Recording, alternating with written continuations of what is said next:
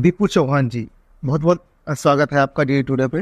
धन्यवाद धन्यवाद जी, तो जो मैटर अभी एक समझ में आया था कि एक एफआईआर हुई है जी। वो किस उद्देश्य से आपके ऊपर एफआईआर की गई है, क्या सच्चाई है? देखिए, जो एफआईआर हमें करनी चाहिए थी वो उन लोगों ने हमारे ऊपर कर दी। एक प्रकरण छपा था, एक फरुखाबाद का अच्छा अखबार है, उनका यूट्यूब चैनल भी है, चच्चू न्यूज, और उसने एक मैटर छापा था जी, जिसमें लिखा था बुलडोजर से दलित महिला की जमीन पर कब्जा। ये देखिए, एक कटिंग थी।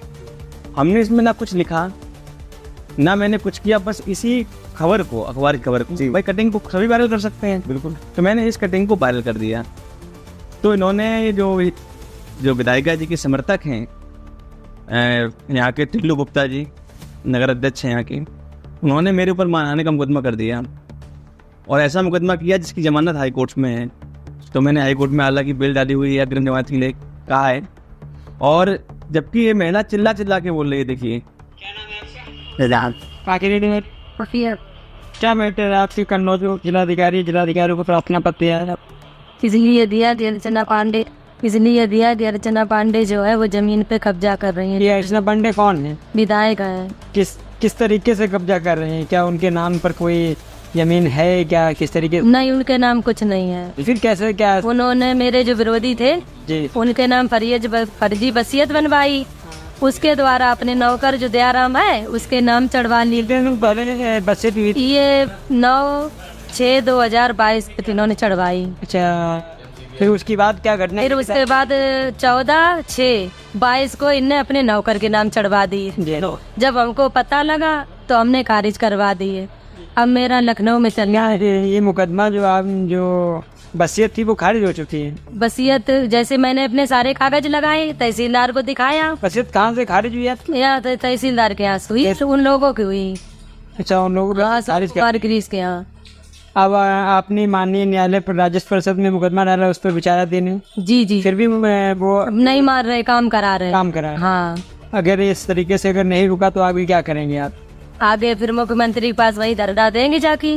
मुख्यमंत्री के पास धरना देंगे जी। ये आपकी पुश्तैनी जमीन है क्या आपकी खरीदी हुई थी? ये मेरी माँ की नानी की, मम्मी की थी। उनके कोई भाई नहीं था तो वो मेरी माँ के नाम आ गई। ये कहाँ पर जमीन है? ये है गुरसाईगंज, नंगापुर गाँव में। तहसील कौन सी पड़ती है? थाना कौन सा पड़ता है? तहसील है छिबड़ा में और थाना है गुरसाईगंज जी। क्योंकि ये दलित महिला है, कटेरिया समाज से आती है जी, तो मेरा अपराध इतना था कि मैं एक कटेरिया समाज की महिला की आवाज बन गया और मैंने इसकी आवाज को उठाया। हमारे लोहिया जी बोलते थे कि अगर सड़कें शांत हो जाएंगी, संसद आवारा हो जाएगी। सही है। अगर हम विपक्षी मुद्दा नहीं उठाएंगे तो कौन उठाएगा भला? बिल्कुल। आखिर जो जनता है उसको किससे आस है?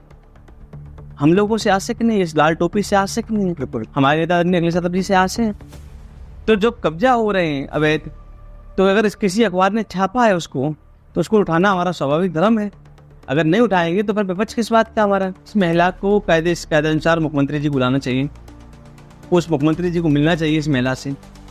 योगी आदित्यनाथ जी अपना बुलडोजर कहते हैं कि गरीबों के लिए है, तो मैं उनसे कहना चाहता हूँ कि इस महिला को बुलाइए, इससे साक्ष्य लीजिए, और अगर ये झूठ बोल रही है कि इसमें विधायिका जी का हाथ नहीं है, अगर तो इस महिला के ऊपर मुकदमा हो, जो मानहानि का मुकदमा है इस महिला के ऊपर हो, ना कि हम लोगों के ऊपर हो। और अगर ये सच बोल रही है, उन लोगों को मुकदमा हो जिसकी जमीन पर कब्जा कर रहे हैं। और एक प्रकरण यही नहीं है, इससे पहले हमारे नेता आदरणीय अखिलेश यादव जी ने एक और आवाज उठाई थी, हम लोगों ने उसमें भी अच्छा एक बात पूछना चाहूंगा जी। जो आपने बताया कि पेपर जो था पेपर जो है, आपने पेपर की जो कटिंग थी उसी को कॉपी करके आपने फेसबुक पे उसको पेस्ट कर दिया। जी, बस ये आपने किया। बस इसके ऑलरेडी वो पेपर ने पहले से छाप रखा। जी। अब वही आपने सेम टू सेम उठा के जी फेसबुक पे डाल दिया। जी। बाकी कुछ नहीं किया? कुछ नहीं, बस ये गुनाह हो गया। ये गुनाह हो गया। इससे पहले एक मैटर और था, एक जनता कॉलेज है, उसके सामने एक तलैया है सरकारी, उस पे कब्जा हो रहा था, अतिक्रमण हो रहा था जी। तो उस मुद्दे को भी राष्ट्रीय अध्यक्ष ने उठाया जी, समाजवादी पेज से पढ़ा, डीएम ने उस कब्जा को रुकवाया। काशीराम कॉलोनी सामने तलैया है, सरकारी है, कब्जा हो चुका है। तो मैं आपके चैनल के माध्यम से अनुरोध करना चाहता हूँ कि जो ये तालाबों पर कब्जा हो रहे हैं चारों तरफ सैलाबों के आसपास, तो कहीं ना कहीं सरकार को इस पर गहनता से विचार करके, भाई किसी गरीब की आप ज़मीन हड़पते हैं, किसी गरीब पे बुलडोजर लेके पहुंच जाते हैं, बिना आदेश के अधिकारी पहुंच जाते हैं, अधिकारी कैमरा उठा लेते हैं, कैमरा लगे हुए उनके कैमरा उठा लिए और कब्जा करवा दिया जाके लोगों का। तो कहीं ना कहीं आप कम से कम जनता की बात तो सुनिए। आज लोकतंत्र खत्म नहीं हो गया, लोकतंत्र की परिभाषा खत्म नहीं हो गई। आज जो सीटें मिली हैं हम लोगों को, और आप लोगों का अगर ऊपर वाले का आशीर्वाद रहा, आप लोगों का सहयोग रहा, तो हो सकता है कि कहीं सरकार ज़्यादा नहीं चलेगी, नहीं गिर जाएगी, और हमारे नेता आदरणीय अखिलेश यादव जी बड़ी कुर्सी पर बैठे होंगे देश की। तो अगर हम लोग सौतेला व्यवहार ऐसा करने लगे सबके साथ, तो लोकतंत्र कहाँ बचेगा, लोकतंत्र की सुंदरता कहाँ बचेगी। अखिलेश जी के ऊपर इतनी टिप्पणियाँ की एक महिला ने, जब उस महिला ने माफी मांगी अखिलेश जी से, तो अखिलेश जी ने मुकदमा उसके वापस कर दिए। जबकि आवश्यकता और कोई मुख्यमंत्री होता तो छोड़ता नहीं, लेकिन वापस कर दिए मुकदमा। अखिलेश जी एक बात कहते हैं कि भगवान श्री कृष्ण ने लास्ट में एक बात कही थी, भगवान श्री कृष्ण जी ने एक बात कही थी लास्ट में, जब वो जा रहे थे, जब बहेलिया आया और उसने कहा कि साहब हम पे बाण लग गया, तो कृष्ण ने कहा कि हमने माफ़ किया। अखिलेश जी हरदम एक बात कहते हैं कि सबसे बड़ा माफ़ करने वाला। तो इसी सिद्धांत पे हम सब चलते हैं, क्योंकि हम उनको अपना आराध्य मानते हैं, भगवान मानते हैं। तो मैं इस सिद्धांत पे चलता हूँ कि मैं माफ़ करने वाला हूँ।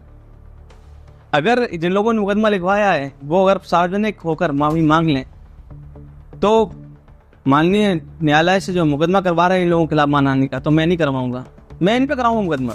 भाई आपने किस बेस पे मुकदमा लिखा है? आखिर जब छिबरामऊ में इतने लोग प्रार्थना पत्र लेके घूमते रहते हैं, पुलिस एक मुकदमा नहीं लिखती है। एक हत्या हुई थी गुप्ता की, एक गुप्ता की हत्या हुई थी छिबरामऊ में, आड़तिया था, उसका भाई बेचारा प्रार्थना पत्र लेके भटक रहा है, आंदोलन कर रहा है, उसकी कुछ हल भी नहीं, उसके एफआईआर नहीं, उसकी कुछ नहीं हुआ, उसका कुछ नहीं हो रहा, भटक रहा है। अभी मिलवा देंगे आपको, मिल लेना। और एक प्रार्थना पत्र छोटा सा लेके लोग पहुंच गए, और आपने इतनी संगीन धाराओं में मुकदमा करवाया है। आप विपक्ष है ना, विपक्ष में बैठे हैं ना आप, इसीलिए। नहीं, तो विपक्ष का मतलब क्या हुआ? विपक्ष का मतलब तो सीधी सी बात है कि विपक्ष जो है वो आवाज उठाएगा, और विपक्ष होने का मतलब भी यही होता है कि जो सरकार की नीतियां हैं अगर उन पे सवाल कौन करेगा जी। जो सवाल अगर सरकार ही सवाल नहीं कर सकती ना अपने से, क्योंकि सरकार का सवाल जो है जवाब वो विपक्ष ही देती है कि आखिर कहाँ सरकार क्या क्या गलतियां कर रही है। जो विपक्ष उस चीज को दिखाती है, वही काम जो है दीपू चौहान जी ने, समाजवादी है, इन्होंने किया, लेकिन वो कहीं ना कहीं गलत हो गया और एफआईआर इनके ऊपर कर दी गई है। आगे आप क्या कहना चाहेंगे? देखिए, मैं केवल एक निवेदन करना चाहता हूं आपके चैनल के माध्यम से, जो आला अधिकारी बैठे हुए हैं उनसे मैं कहना चाहता हूं कि जो उत्पीड़न हो रहा है आम आदमी के ऊपर, ये उत्पीड़न बंद किया जाए। ये जो मुकदमे की राजनीति है, फर्जी इनकाउंटर भी हो गया, एक का छुटा के गोली मार दी गई मंगेश यादव के, तो जाति धर्म देख के जो आप इनकाउंटर कर रहे हैं, पार्टी देखकर आप मुकदमे लिख रहे हैं, तो आप इन पे ना दिमाग लगाकर, और उसका बाद में 2 बेटियां मर गई, उनके अपराधी कहाँ पे हैं, उनकी जांच कैसे हो रही है? एक कन्नौज में अभी हत्या कर दी गई, उसके पिता ने कहा, एक आपके सौरभ में कर दी गई बेटी की हत्या, तो उन आत्महत्या करनी पड़ी उसको। तो कहीं ना कहीं आप इन पे ध्यान दीजिए। जो अपराधी वास्तविक हैं वो खुले घूम रहे हैं, जिन पे कई मुकदमे हैं वो इसलिए खुले घूम रहे हैं क्योंकि आपके भारतीय जनता पार्टी वो वॉशिंग मशीन है, जिसमें घुस जाए कोई आदमी तो वो सब छोड़ के कराता है बात, उस पर कोई कार्रवाई नहीं होती। लेकिन अगर विपक्ष में रहकर आप काम करते हैं तो कहीं ना कहीं आप गुंडे हैं, माफिया हैं। आप पे अगर आप नहीं है तो आप फर्जी मुकदमे इतने ला दिए जाएंगे कि आप मजबूर हो जाएंगे कि इनकी सलाह में चले जाएं। देखिए, विपक्ष को कमजोर करने की कोशिश की जा रही है, तो मैं केवल इतना कहना चाहता हूँ कि लाल रंग से जो है सांड डरते हैं, सांड। कभी आप देखने रास्ते में चलोगे, सांड जो है बहुत डरते हैं लाल रंग से। तो हम जो समाजवादी लोग हैं, ये सांडों से डरने वाले नहीं हैं। ये डराने की कोशिश तो करेंगे, ये बिचकेंगे हमसे। ये लाल टोपी ना कभी झुकी है ना दबी है। सत्य नेताजी की लाल टोपी है, ये जो बैठे हुए हैं हमारे आराध, इनकी लाल टोपी है। इन्होंने जो इसको एक बट ब्रश लगाया है जिसमें हर जाति है। समाजवादी पार्टी में कौन जाति नहीं है, हर जाति है। पीडीए नारा मिला दिया गया है, तो अखिलेश जी ने उस पीडीए नारा को सिद्ध करके दिखाया है। पिछड़ा, दलित, अल्पसंख्यक, कमजोर, अगड़ा, और माता प्रसाद पांडे जी को बनाकर एक नारा दे दिया है कि पीडीए में हर जाति, हर धर्म के लोग हैं जी। इसलिए 90% की जो लड़ाई हम लोग लड़ रहे हैं वो लड़ाई जारी रहेगी। ये मुकदमे लिखाएं, जेल भेजे, जेलें इनकी कम पड़ जाएंगी। समाजवादी डरने वाले नहीं हैं। चलिए, बहुत बहुत धन्यवाद। धन्यवाद।